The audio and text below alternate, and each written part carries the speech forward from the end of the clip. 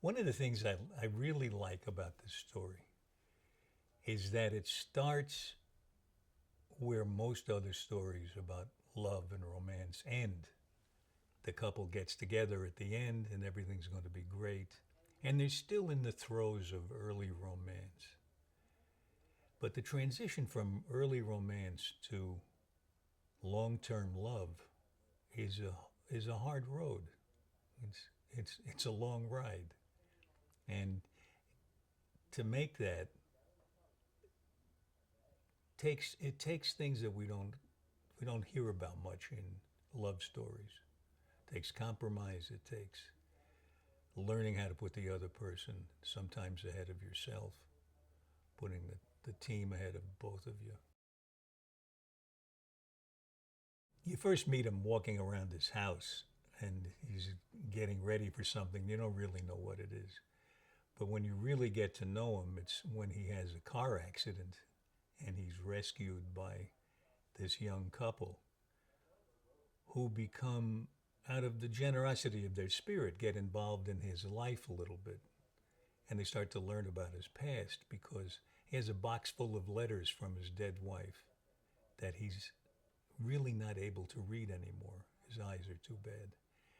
So the young woman from the younger couple is very generous and reads him the letters, and he's able to go back into the past and relive in his mind those moments that mean a lot to him, but hasn't been able to do because the words haven't prompted him. One of the ways in which their lives are parallel, or the sort of mirror images of one another, is that one couple is made up of a young woman who's very deeply interested in art, and the young man doesn't know anything about that, and he's a bull rider. So they have very different backgrounds. They have a different take on what's interesting about your daily life. And when they meet this older guy, who I play, and they find out about our past, we had a similar dissimilarity. She was also interested in art. And my character came from a background of a retail store where you didn't really know much about her life. And I think in time came to learn a lot about it. But that's one of the nice things when you have a couple that can stick with it and they can learn from each other. Love letters are intriguing to everyone, I think, because especially in the old days, people expressed things that you didn't think they'd be able to express. Something about the love relationship brings words up in people that are very telling, very demonstrative.